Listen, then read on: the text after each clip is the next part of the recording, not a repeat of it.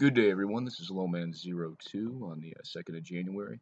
We're going to cover a couple of 100-card singleton matches, and then maybe at some point we'll cover a couple of vintage matches that we played against our buddy, Sung.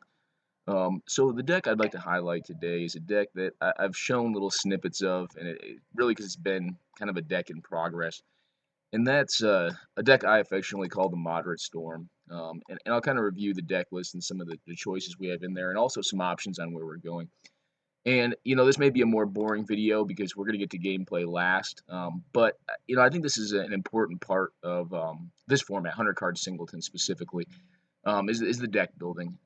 And this has kind of been like a quest for the grail for me because, for me, I personally prefer, I like the elegance of a deck like Storm because it rewards well-timed and well-played games by yourself and by opponent or by the opponent if they are to win against it. And also, specifically in a singleton format, the bands that are currently on a list like that would definitely help this list out. I mean, for instance, like Intuition, Gifts Ungiven, those would all benefit this deck.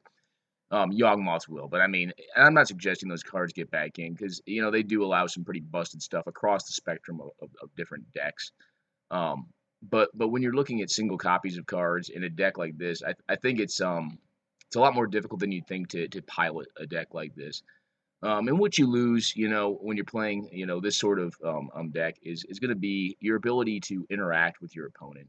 And if they are able to favorably interact with you, you can sometimes just randomly lose matches. And really the toughest things for this deck to deal with are land destruction and discard. Counterspells, not as much. Getting beat on just depends on how fast it is. I would have said 3 years ago getting beat on wasn't a big deal. But now creatures have just gotten a lot more efficient, a lot bigger, and you can die pretty rapidly, even in a 100-card format. So this is the Moderate Storm. Not the perfect, most definitely, and we've been building on it for a while. As you can see, it's a very light mana base, 28 lands, and it's running. So it's very dependent on blue mana. As you'll kind of see, we're highlighting them right now. You see, we got 4 snow islands and 4 regular islands. So at its heart, this deck is based around the card Past in Flames. So the way we're able to run this few lands is, we run basically every legal cantrip in or that's available on Magic Online. So you see we have Gitaxian Probe, Brainstorm, Mental Note, Opt, Peak, Ponder, Portent, Preordain, Quicken, Reach Through Mist, Serum Visions, Sleight of Hand, Thought Scour, Visions of Beyond, which actually in this deck can oftentimes become an Ancestral Recall. So and then the 2 spot, there's obviously a lot more. We basically play every single one of them. With the intent being, what your cantrips normally do for this deck, well, they do one of 2 things. First off, and then the primary reason they're in the deck is to allow you to hit land drops, but at the same time generate a large graveyard. Because like I said, at the end of the day, it kind of goes back to Past in Flames to recur your spells and get a very high storm count. Because as you can see, we have Tendrils of Agony main, and then I believe we're running Empty the Warrens in the board. Yes, we are. So that's kind of the idea behind it. The secondary reason, and like this is one of the recent changes I've made to the deck, and it's something I originally had in there, but I didn't go with a full combo on it. Is Doomsday. So these 1 mana or free, in the case of Gitaxian Probe, cantrips allow you to jump into a Doomsday pile as well. And what I mean by that, if you're not familiar with Doomsday, let me pull up the preview panel real fast. Some folks may not be because it's not generally a casual card, and it's pretty specific to this style of deck. And where's the preview panel? All right, so Doomsday. Very unique card. Actually, my second favorite Magic card, favorite card ever printed, next to Necropotence, which is definitely my favorite. So search your library and graveyard for 5 cards, exile all of them. So, we've got, whatever we have in our hand, plus 5 cards that we can choose from the graveyard or library. Then we put the chosen cards on top of our library in any order. We lose half our life, round it up. So if you're on if you're on 1 life, you can't cast this thing.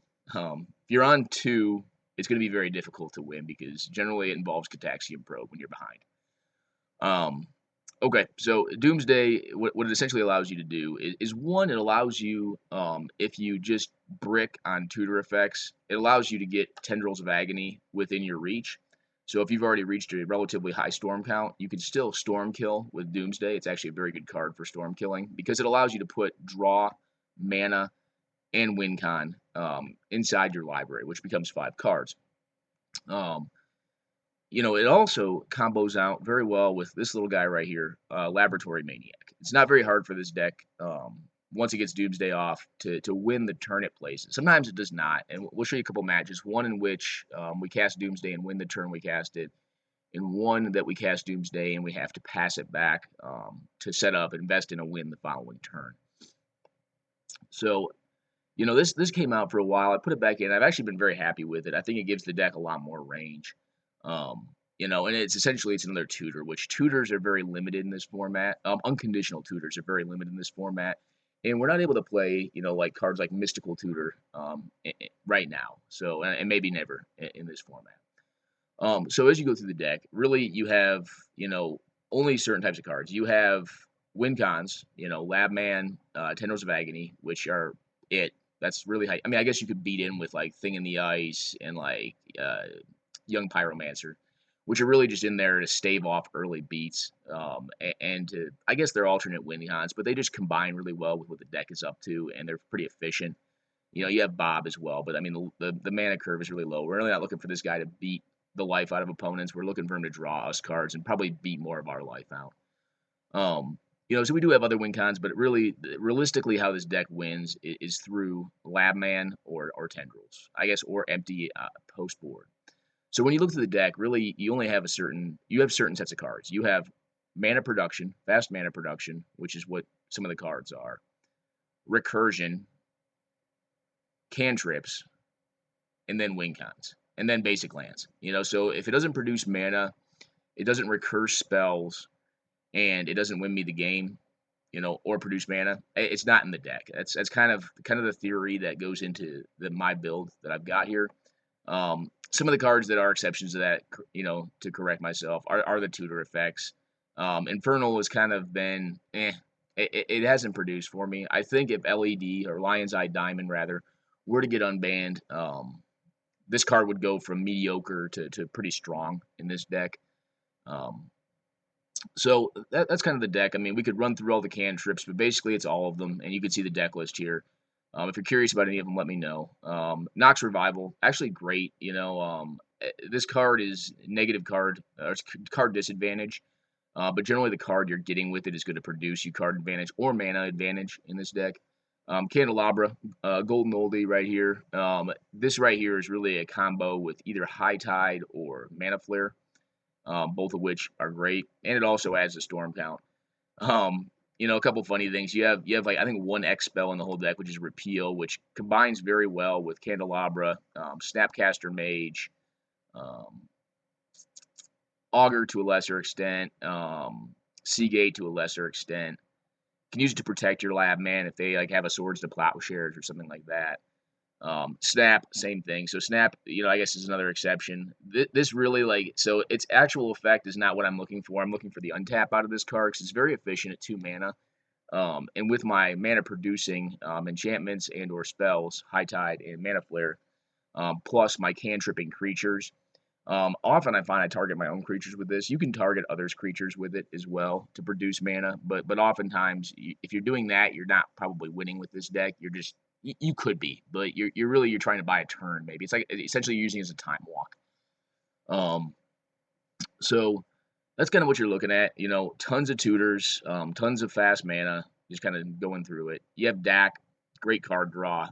You'll see we didn't put Jace the Mind Sculptor in. I think he's just too slow, and realistically, the problem you run into is at 4 mana. If you're on the draw, like he's just gonna die. Like the turn he comes into play, you're gonna draw 1 card off of him. You're gonna trade him in for a card, and like 4 mana for 1 cantrip is just not what I'm looking for out of a card. Very powerful card, And if we had like fast mana, like the best of fast mana, like Black Lotuses and Soul Rings and Mana Crypts and stuff like that, then yeah, I think he'd get in here. But we don't, and we can't really rely on casting him faster than turn 4. Because really what you'll find is this deck up until like turn 4 or 5, it's just a one land a turn deck. It's relatively slow, but once it gets going, like once it gets its engine online, it can produce. I mean, it can cast the whole deck. Like once it gets to like 5 and 6, and that's obviously draw dependent. It can win as fast as turn 3, but it's very specific draws to do that. It involves the use of a lot of resources, and it's pretty fragile. It's a glass cannon at that point. As far as the board goes, we have the Pyro and Red Elemental Blast to buy or to allow our spells to resolve against red or correction control decks. Defense grid, if we can get this thing out against control, I think they're gonna have a tough time winning. I mean, it's tough for them to play out win cons plus counter my spells.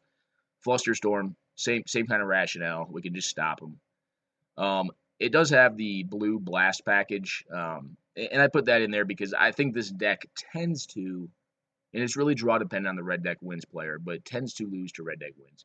If they can't like kill me with their hand before turn 4 or 5, I feel okay. And like these cards, just what they essentially do for me in that matchup is buy me a turn. Because this deck really is like a turn 5-6 deck. Is where I think it tends to goldfish and win. And it can win later than that. It can win earlier than that, but that tends to be where it's at. Pyroclasm is just good versus like White Weenie. It just tends to stop them in their tracks. Nature's Ruin, just a hedge against green decks. Perish, same thing. Ristic Tutor is more of like a tentative one. Like I don't like this card main because there's a lot of matchups where like players just aren't tapping out. I think where this shines is against like tap out mid range. And having an additional tutor can be big because when you're able to get some of the more powerful cards that have been printed in this game, for 3 mana, it tends to be pretty game breaking. Plus, it is hidden information; it's not revealed, unlike some. Toxic Deluge, White Weenie, mid range. That's kind of where that comes in. Thought Lash. So red deck wins. This is an interesting one. It's like one I've mentioned, and like no one's really picked. No one likes it. And I can get that. Like it's a clunker, but this right here can like buy you a ton of time against aggressive decks. What you have to worry about is getting rid of your win con with it, because once you have this in play, you're going to be losing a lot of cards every turn, just gone forever. But you see like Lab Man, if you have this in your hand, or if you have the ability to tutor for it out of your deck in a reasonable time frame after this comes out, you can win games, because all you got to do is resolve your Lab Man, have backup to protect it, or have discard to ensure it's protected, and then just let this thing. Don't pay your cumulative upkeep. Don't pay your tax on it. Let your whole library get exiled. Go to draws and win the game off Lab Man. Massacre, also against White Weenie, just beat down strategies. So I mean, like most of these cards that we have in the sideboard are looking to buy us time. Like I said, because this is a turn 5-6 deck. And possibly it could be faster. I don't know. I think we're getting close to like the optimal build for Storm given the ban list. There's a couple cards that and I'll pull a couple of them up just to kind of show you guys some of my thinking, and some of my ideas and how to build this. Ill-Gotten Gains.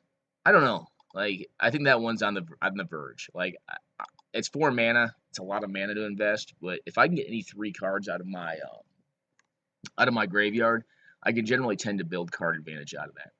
Now, at the same time, that's going to happen with the opponent as well. Let me pull up the preview, because this is kind of a weird one. Let's see where it went. Well, evidently it died. If you've never seen Ill-Gotten Gains, yeah, there we go. If you've never seen Ill-Gotten Gains, it says exile Ill-Gotten Gains. Each player discards his or her hand, then returns up to 3 cards from his or her graveyard to his or her hand. That can be very strong in a deck like this. It's essentially like Black's version of Regrowth for a lot more mana, but a lot more cards, and the opponent gets to do it. Which, I tend to like cards like this and like Doomsday because they require very, very tight play. They come at a cost, and like Necropotence. And you have to build around them and play intelligently with them to ensure that you don't, screw it up. So I like cards like this. I think this card could be powerful in here. The other one, or other couple that we're thinking is Insidious Dreams. This is another one we've kind of been floating around with in our minds. This is kind of like a worse version of Doomsday, but it is like Doomsday. You discard X cards from your hand. I mean, one, it's an instant, which is nice. Being an instant is good. It's 4 mana as well. It's an additional cost to cast it. You have to discard X cards. Then you can go through your library and stack X cards on top of it. This is a very powerful card. I don't know if it fits in this deck. Like, I think if we were able to, like, if we were playing white and, like, balance was a legal card, we may play it, or, like, restore balance, cascade into it, or something like that. It's just kind of slow, you know? And without, like, cards like Ancestral Recall, being able to draw into them, you know? I can trip into them, but, you know, it's one that I've been floating around, is an idea. And then, you know, this old lug right here is another guy. I think he combos out very well with Storm. We probably could hardcast this thing with the amount of mana production this deck can make. 4 black is kind of challenging. But really, if you were going to go with Gristlebrand, because Oath is not a thing, and I'm not even on green, but I may if Oath was a thing, you have to look at something like, you know, Goryo's Vengeance, or like the... You know, cards like this, a very efficient reanimation effects. I don't think I would go with, like, Reanimate, because, like, the life loss is going to be huge in this matchup. But without Entomb, like, I kind of eschewed it. Like, if I had Entomb, it's not even 100% that if I had Entomb, I would Entomb Gristlebrand every time. Sometimes, in certain game states, it would just be Past in Flames, Entomb, produce a bunch of mana, cast Past in Flames, reproduce all the mana off the fast mana cards I just spent, and then, you know, win the game. You know, but it's definitely an option with a build like this, because, like, you know, I look to try to see if I can put Gristlebrand here, because I think the Gristlebrand Storm decks are, one, awesome, and I think he complements this strategy very well, because it gives you an actual legitimate creature win con, as well as your combo win cons that you have available to you. So that's the deck. That's all I'll kind of say on it. I'm not going to go through card by card, but that's kind of what we're looking at.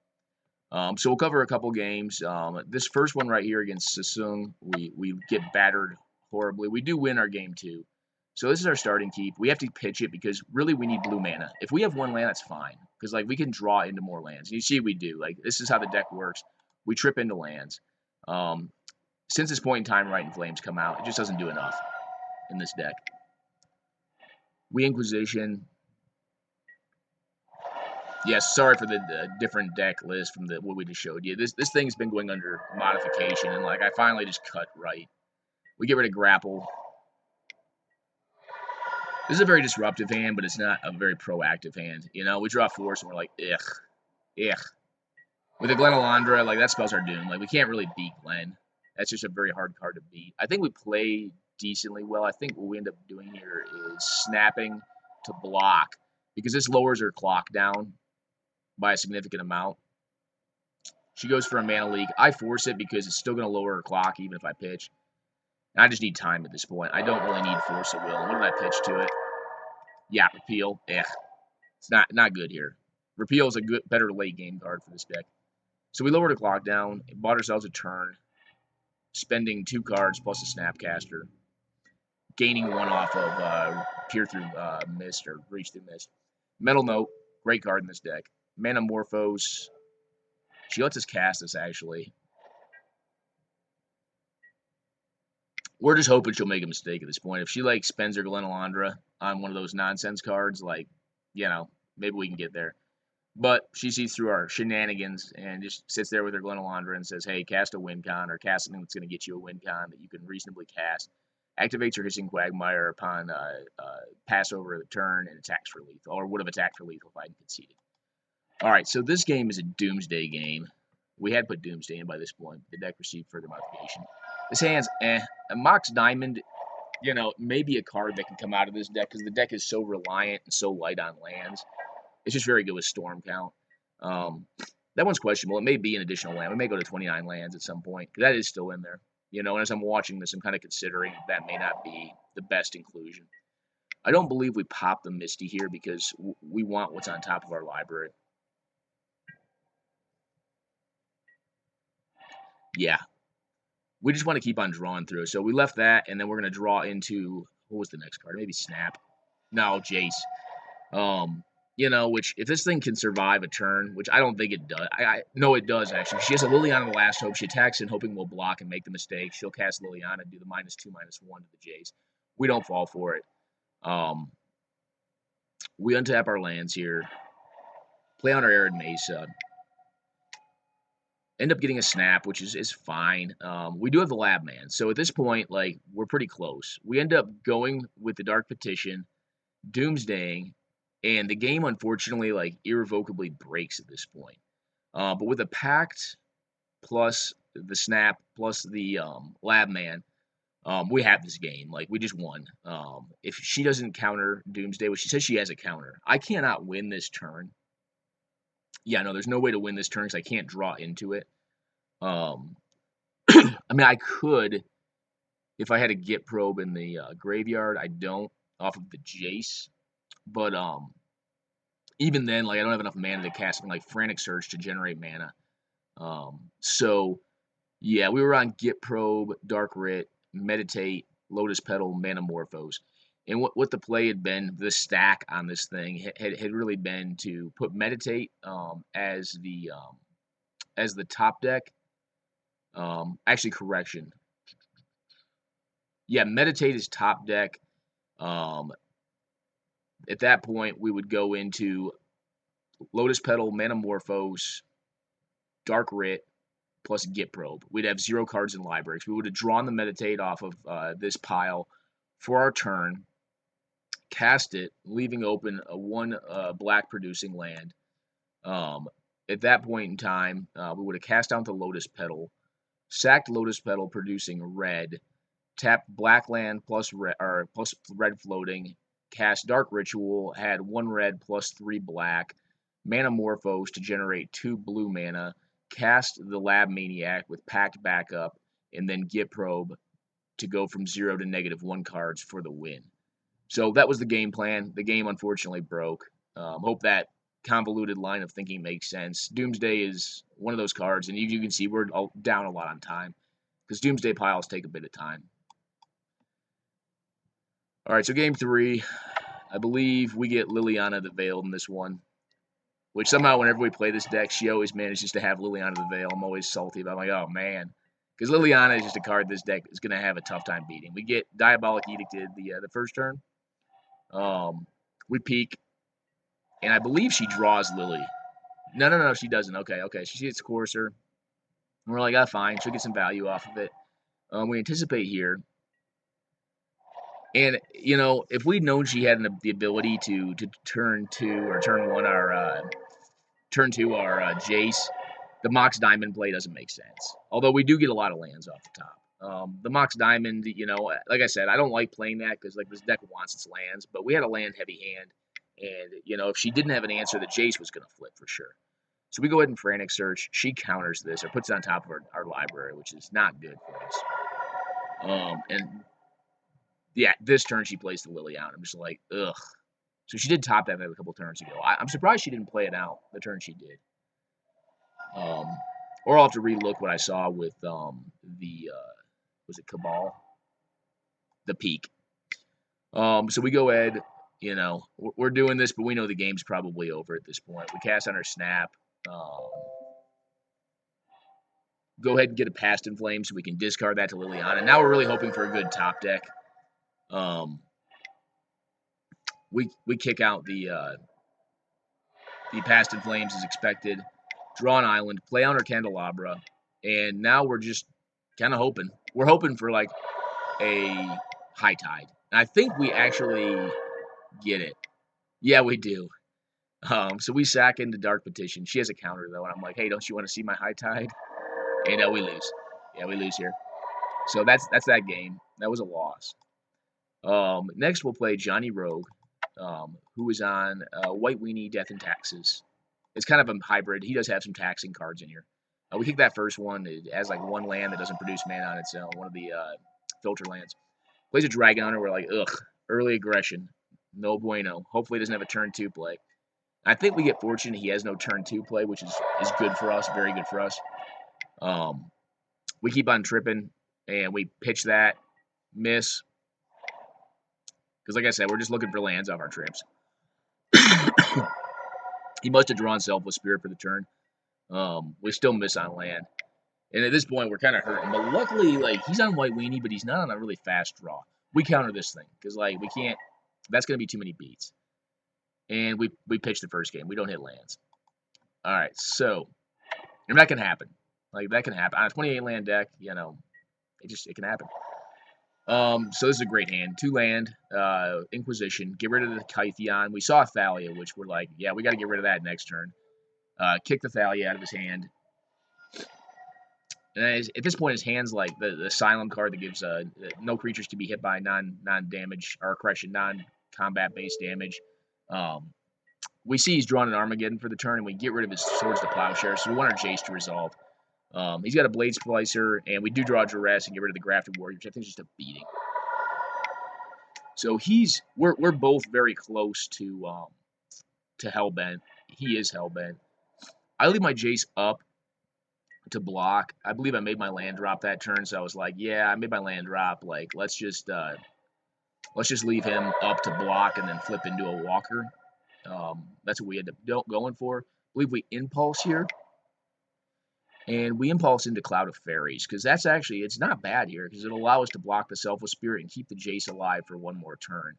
So we end up minusing. And now we've got, you know, kind of something, like, what we're really looking for at this point is mana. And the reason we play that, we don't have any intentions of ever discarding the Time Spiral, because that's what gets us into this game, or gets us, like, to a point where we can win this game. The reason we actually Frantic Search there is to find fast mana that we can recast with Jace. We do, because we know our Jace is not going to get hit for enough to take it under 3. So we cast the Time Spiral out. And this is the monster we run into. You know, what do we end up getting here? I believe we take the DAC pile because we're still looking for more cards, but this is pretty monstrous. I mean, it's just, you know, he attacks in, gets both of our walkers. We kind of just let him go. We figure we'll leave the Cloud of Fairies in there so we can salvage our life total later, because I really can't stop that. I could have kept the Jace around, but, like, I don't want to keep that around for, like, -2, -0. We Mental Note, find the Tide, and at this point, we're like, yep, we got it. We're there. We can figure it out from here. So let's pull up the graveyard, because that's what's the game is going to go relatively soon. So we end up casting our Past in Flames, recasting a Factor Fiction, Gitaxian Probing out of the pile, and then we're already at a high enough count so we don't waste his time. We just cast Tendrils out of the graveyard, which I believe was put there by Mental Note. And that's the game. On turn 8, we end up getting him.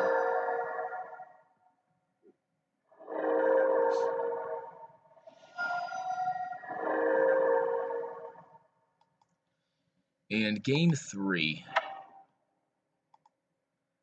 This game, I'm trying to think if he got a little mana screwed or not. So we have a 1-lander. That's fine, though. Like, or I'm sorry, we have 2-lander, which is fine because we have strategic planning and telling time to kind of help hit our land drops. Very aggressive start for him. He doesn't get land screwed here. I think he's banking on drawing lands off the top. And Kiljoran Outpost is kind of a more dicey one. So what we end up doing is playing on our Cloud of Fae.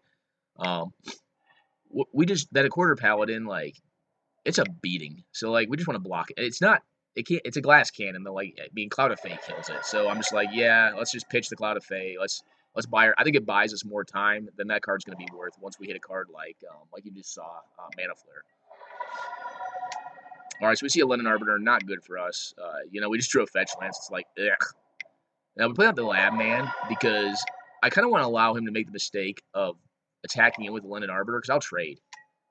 I don't need Lab Man to win, and I don't think he's a deck that's going to be playing a bunch of, like, graveyard exiling effects, at least on spells. I mean, creatures, I think he has that. He may have a Rip, but I don't know. So, yeah, we play a Dark Confidant. I think at this point, he thinks his win con is going to be Dark Confidant killing us. We don't run a lot of high mana count cards. I mean, some of them will kill us from this point, but and we attack into while in the trade. He doesn't, though.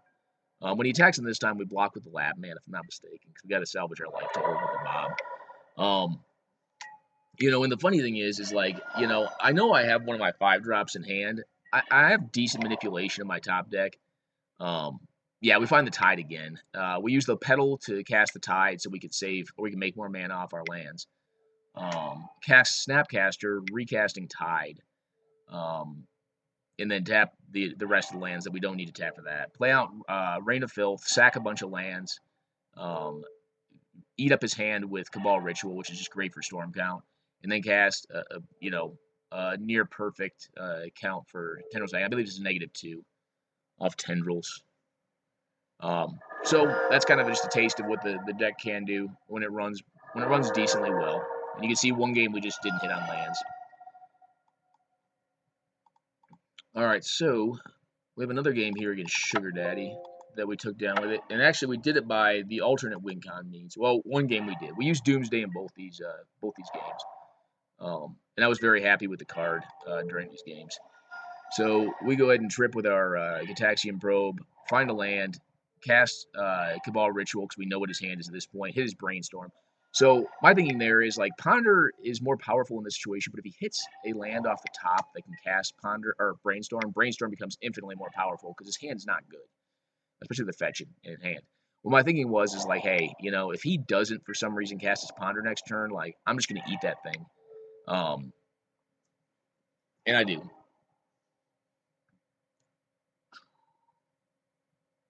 And my hope kind of was as well is that he would like blow the Brainstorm in response, Brainstorm lock himself, and then I could hit Ponder, but he didn't. So this is turn 3. We've just cast a Doomsday off a Dark Ritual. We have the ability to draw into it with Serum Visions. So yeah, unfortunately the game broke. So let me pause it real quick and I'll show you what we ended up piling.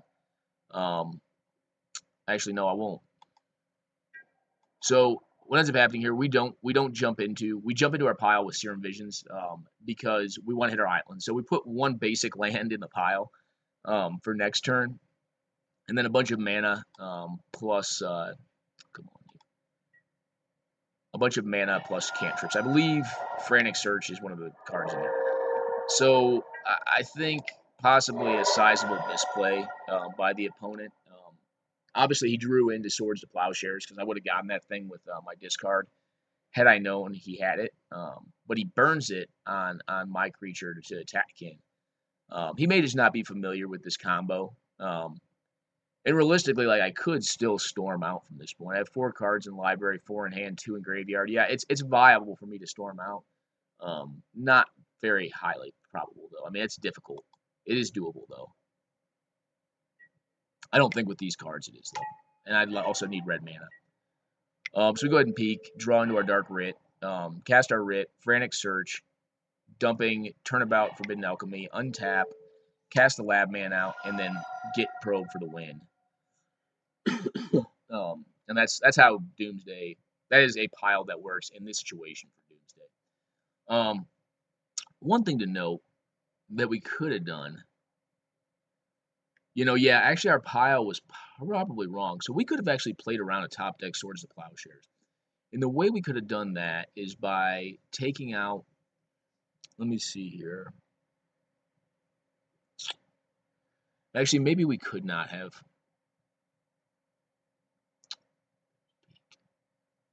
Sorry, folks, just thinking through this.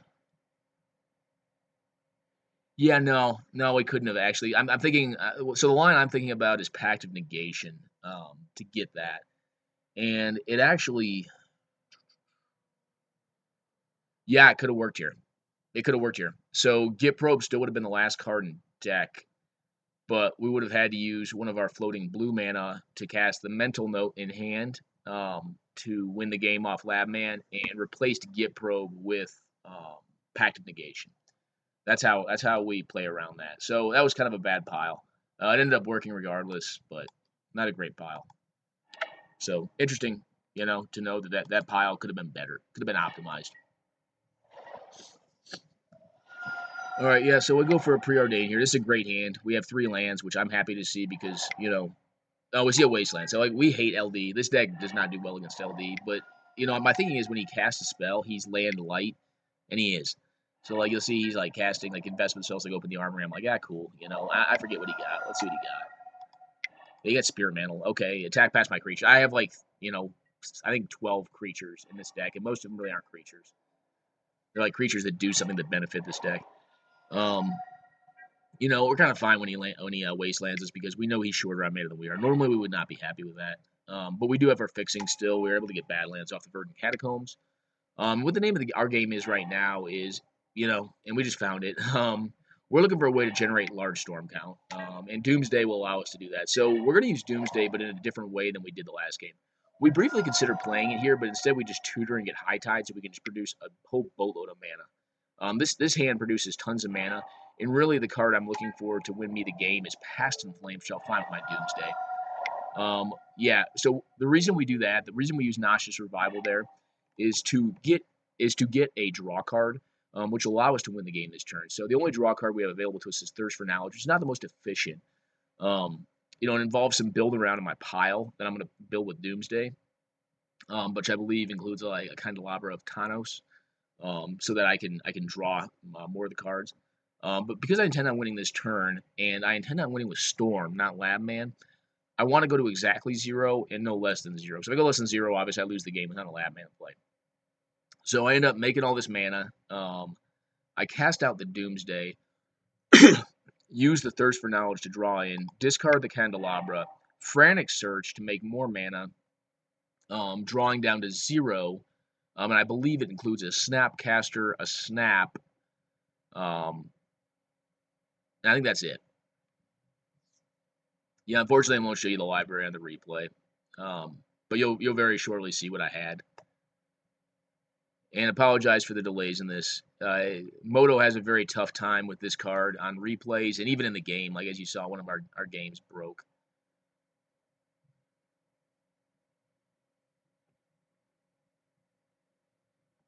Well, let's see. Maybe it's not going to work. Nope, there it goes. Just required some prompting. So we ditched the Candelabra as we talked about with the Thirst. Cast the Frantic, going down to 0 cards in the library, discarding a Seething Song and Past in Flames. Do a turnabout all of our lands. Snapcaster, returning Snapcaster, untapping 2 lands, making more mana, recasting Snapcaster, casting Turnabout for Lethal Storm, and end up closing the game out.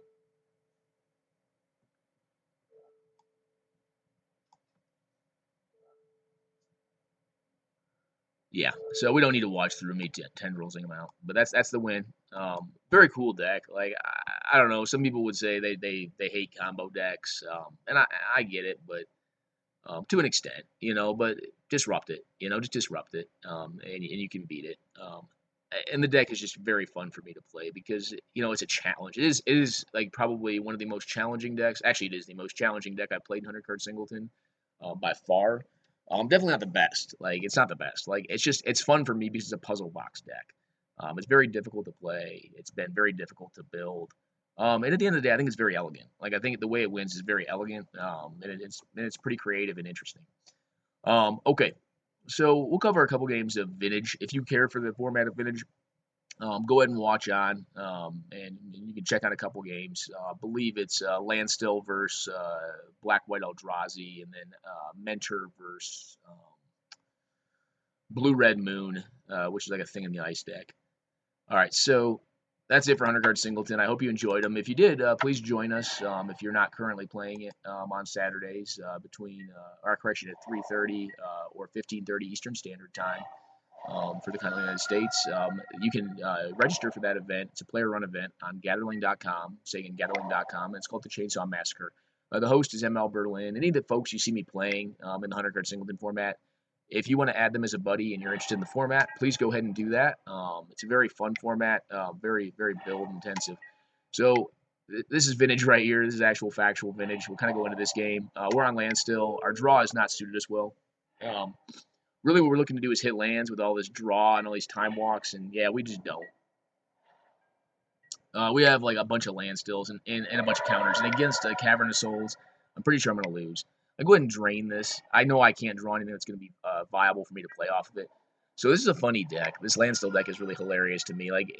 And the biggest reason I love it is because it has the ability to play turn 3 Emrakul, the Promised End.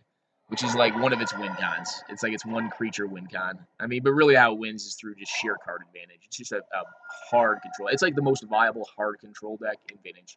And I think it's actually pretty good against these sort of decks, like these Eldrazi decks, because I mean it does run cards. It runs like a Singleton, Miser, Moat, and it runs Supreme Verdict, a Miser Supreme Verdict. We see Thalia come out, we say, yeah, we'll get her. So we Mind Break Trapper. We draw the Strip Mine a little too late, though. At this point, we're just pretty sure we're losing. So, I mean, we can't cast Standstill, because, I mean, at this point, the opponent, Sasung, has the advantage on board, you know, and Landstill, or Standstill, rather, you know, is not a card that benefits me if I cast it right now, because I'm at a point where I need to gain tempo over her. All right, so we lose the first round. The second round, much better hand. So I like this hand because, one, it's land heavy against a Wasteland deck. Two, and it's fetch land based. Two, I've got a Supreme Verdict, which is just gonna like allow me to gain. I'm thinking in my head massive card advantage over. Plus, I have two Swords of Plowshares, which like generally like it's not a card you think of in Vintage. You know, but it's great against this matchup. Like, you know, it's very economic. And then Flusterstorm, which is like completely dead. But I'm like, whatever. You know, it's dead. We see she has the Wasteland. We let her cast the Thorn because, like, I'm on a mana heavy hand. Like, I'm fine with that. That's okay. She casts a Thalia. I sack one land, get a basic because this deck does run a healthy amount of basics. I find a very good purpose for my Flusterstorm. We draw Brick. We draw Emrakul. Whatever. We end up taking care of this thing here and now, just to stave off early beats and to allow us to kind of start attacking a bit. Plus, it just allows us to ensure that Standstill is a much more live draw. Now we draw a good one here, draw a spicy one here. We cast down our Engineer Explosives. I don't think she has a lot of ways of dealing with artifacts main. I could be wrong on that. But we blow up all her 2 spots, which makes her Singleton, you know, Wingmare a lot worse. I believe we plow it here, just so we can make sure that Force is live. She casts a Spirit. Whatever. That's cool. It kind of blanks our next draw. That's why we do that. So, like, we Supreme Verdict, and we're like, hey, have another one. She doesn't. And I'm like, yep, this is happening. And we hit our Ancestral Recall, play on our Diamond. We get one of her lands, and she's down to 2 lands, a Wasteland and a Mox. She casts a Chalice down for 1. I'm like, whatever.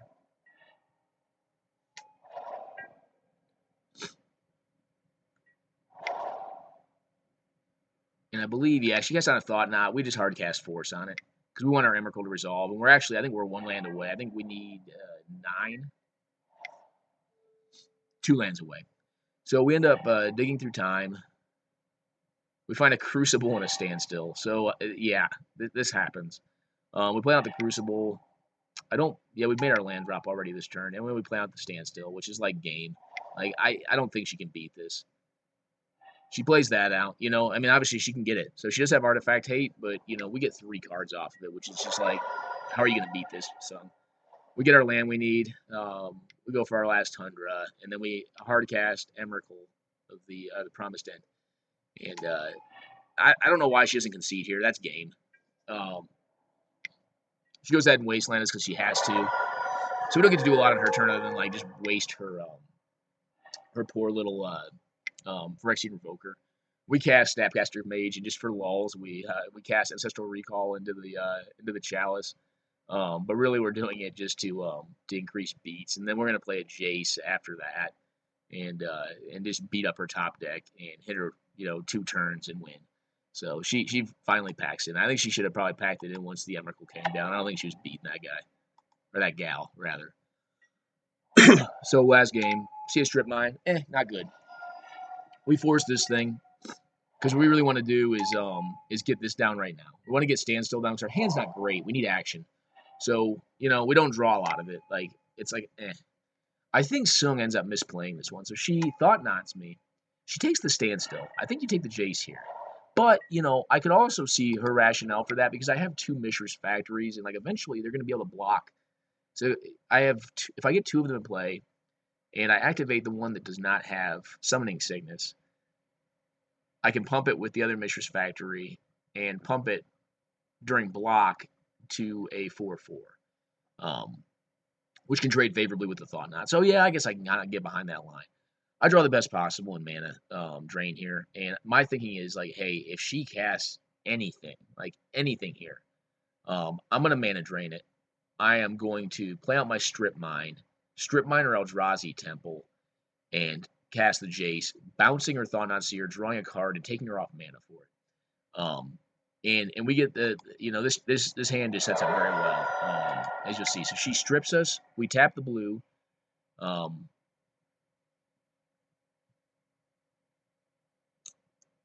We're still paused. We tap the blue, and yeah, okay. So she stripped us. We play another land. She casts Reality Smasher, and I'm thinking in my head, I'm like, hey, like this, yeah, it speeds up your clock, but you just pitch the game to me, because all I got to do is this little piece of jujitsu right here, blow up your land, which on a Strip Mine you knew I had, and a Jace you knew I had, and that's the game. I mean, we cast down Crucible and just start stripping her every turn. We bounce her Thalia. Hey, recast it if you can. And really, if she plays a sizable threat, we're gonna probably bounce it again with Jace, and then strip her again and play out Standstill, because we have the 2 Mishra's Factory, and like really the onus is on her to play spells. So yeah, this game ends here. Standstill, fair and balanced deck, but very fun deck. I do have fun with it, and actually it is probably one of the more fair vintage decks out there. This game I forget what we're on. Oh, that's right, we're on Thing in the Ice. So we're running a Thing in the Ice deck. We see a very fast start from her with Black Lotus into Volcanic Island into Dak Faden. A lot of people think like vintage is like turn 1 kills, and like some decks can do that. But you see a card like Black Lotus come out, and like you'll see like I think it's a great card, but sometimes because it does count as a card in your hand, it can work against you in a lot of ways.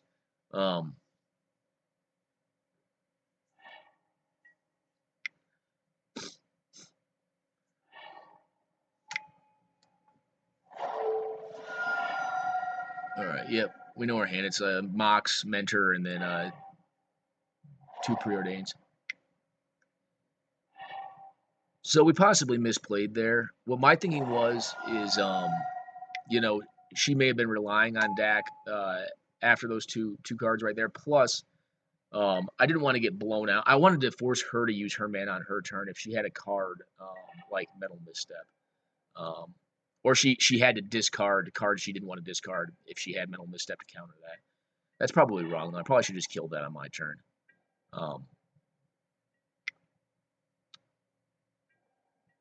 Uh-oh, folks. The game appears to have broken.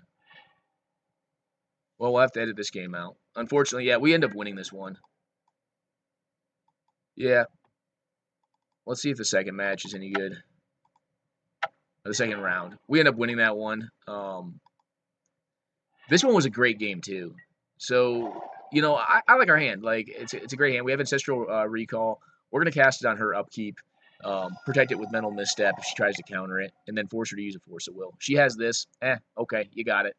But she's down to 3 cards. Cool. If you got it, you got it. But you're not going to protect what you got going on either. I believe we cast a Preordain this next turn. We're happy to see a Misdirection. I think we keep both. Yeah, we keep both. We keep the Moxen and we keep the Spell Pierce. Because Spell Pierce, I think, is going to be good against her deck. Not good against that, though. That right there beats a Spell Pierce. So we go ahead and sack our land, play on our Jace, steal her red mana, take her off like Lightning Bolt or like, cards like that. Red Elemental Blast. She wasteland us, what I'm happy with because I have a Treasure Cruise. She's at 1 card. She gets my Dak, which I'm fine with. Like I kind of played him out as a tempo play to take her off playing stuff. We see she is on a Lightning Bolt, so we guessed properly in taking her off the red mana. We go ahead and Treasure Cruise. Draw out the Bolt and the Snapcaster. Bolt her Mentor, so she's down to 1 card. And then our plan is to cast the Snapcaster and Ancestral Recall. So we go ahead and Gush here. We get a Dismember, which is not bad. It'll deal with any Mentor she plays. We go ahead and rebuild up our graveyard. She plays out her own Treasure Cruise. We Force a Will it. I wish that had been Ancestral Recall because it would have been great to get to Misdirection. And we hold on this Misdirection forever. Like I love Misdirection. It's a great card. Ancestral here. Build our hand back up. Get a bolt. That'll deal with any pesky mentor that comes down. See a Stony Silence and say, okay, I'll just produce some blue, and if you want to play something else, maybe I'll do something about it. She cast a bolt on our caster. Cool. It's fine. She'll get in for 3. We go ahead and bolt her one guy that she has left. We do draw a Blood Moon. We can't cast this turn due to Stony Silence, but we definitely plan on casting it to take her off white mana. And we play on our Moon. Keep in mind, like, we're at 6 life, so like 2 bolts kills us here. We see a Jace come out. We dismember this guy. We want to see what our top deck is because we'd rather bolt him. But we end up going for, and we're looking for bolt, is really what we're looking for. We go ahead and gush. And the reason I don't want to dismember is because, like, that only allows me to force of will once. Like, I can only force of will one time. I do have misdirection to protect one force, and I also have Flusterstorm. But I'm not very. So I'm looking. What I'm looking for is like a win con. Like, I need one of my things in the ice because that's really how this deck wins. And I finally get one. And I play the guy out. She attempts to force it. I force it back, pitching my other force because I know my other force is just dead unless I leave my mana up. We go ahead and mental misstep this, obviously tapping mana to do so. We play a land we can't use, or we get a land we can't use. We go ahead and Flusterstorm this because really what we're looking for now is just to is get our thing flipped. We need to win. Like, we need to win. I don't want her drawing and getting like a bolt, a random bolt. Power Blast is fine. Not the best. I need more land to make it good. I end up playing out my other thing, I think. No, I leave it in hand for the misdirection. So if she casts a bolt, I intend on doing is putting it back in her face.